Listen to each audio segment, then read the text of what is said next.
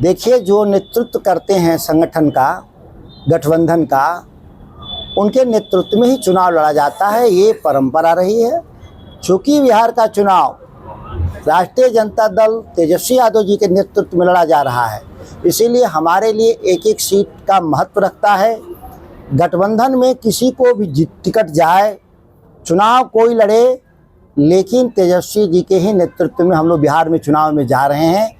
इसीलिए इस शब्द में अतिशयोक्ति जैसी कोई विषय नहीं और शब्द की कोई अलग व्याख्या भी नहीं है। यह विषय आज कोई महत्व नहीं रखता। चुनाव के दिन, जिस दिन घोषणा होगी, सारी बातें स्पष्ट कर दी जाएंगी। हम ऐसा कोई काम गठबंधन के लोग और दल के लोग छुपा कर नहीं करेंगे।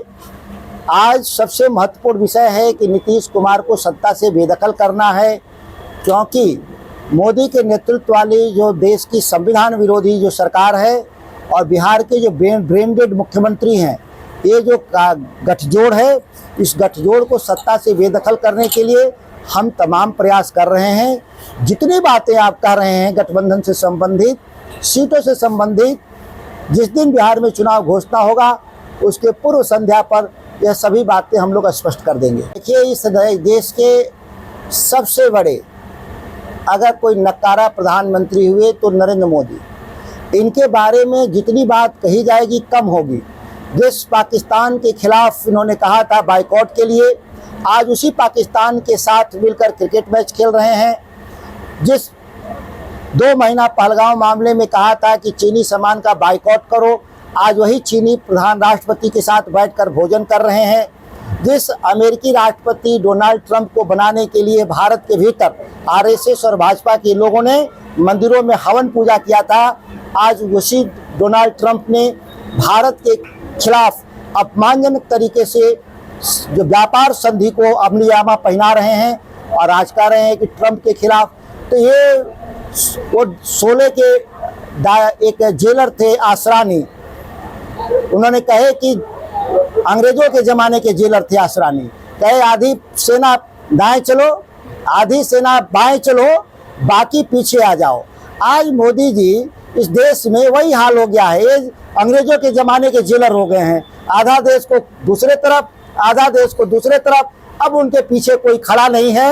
अब वो एक सांता बाबा, सांता क्लॉज को तो आप लोग जानते ही होंगे, सांता क्लॉज जैसा वो देश भर में एक जुमला, झूठ बोलने की मशीन के तौर पे घूम रहे हैं।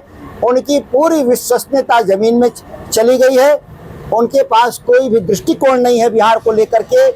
बिहार में आएंगे सांसद चुनवाने के लिए, सरकार बनाने के लिए, और काम ये करेंगे गुजरात में। बुलेट ट्रेन गुजरात में चलेगी, सेमीकंडक्टर प्लांट गुजरात में लगेगा और वोट मांगने बिहार में चले आएंगे। भागलपुर जिला के पीरपैती इलाके में 1050 एकड़ जमीन, बहुमूल्य जमीन, किसानों से लेकर के अडानी को मात्र 1 रुपये सलीना मालगुजारी पर दिया गया।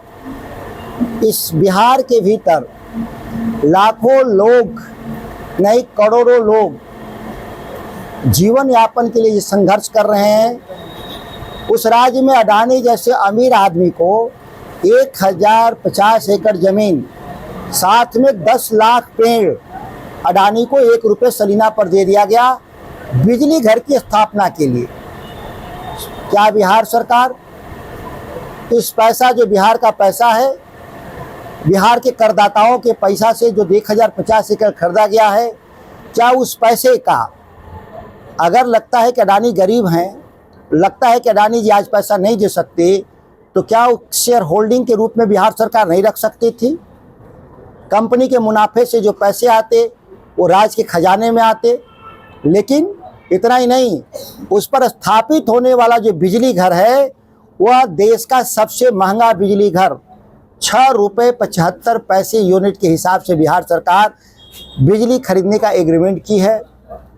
आश्चर्यजनक है कि जहां देश में 2 रुपये 3 रुपये पर यूनिट बिजली मिल रही है, हम बिहार झारखंड की सीमा रेखा पे हैं, कोयला एकदम पास में है, मुफ्त में बिजली है, मुफ्त में पानी है, फिर भी 6 रुपये 75 पैसे पर यूनिट बिजली का लागत आना कहीं न कहीं बिहार में जो होने वाले चुनाव को मैनेज करने के लिए चुनावी चंदा के रूप में एक मोटी रकम अडानी से ली जा चुकी है, जिसके एवज में यह काम किया गया।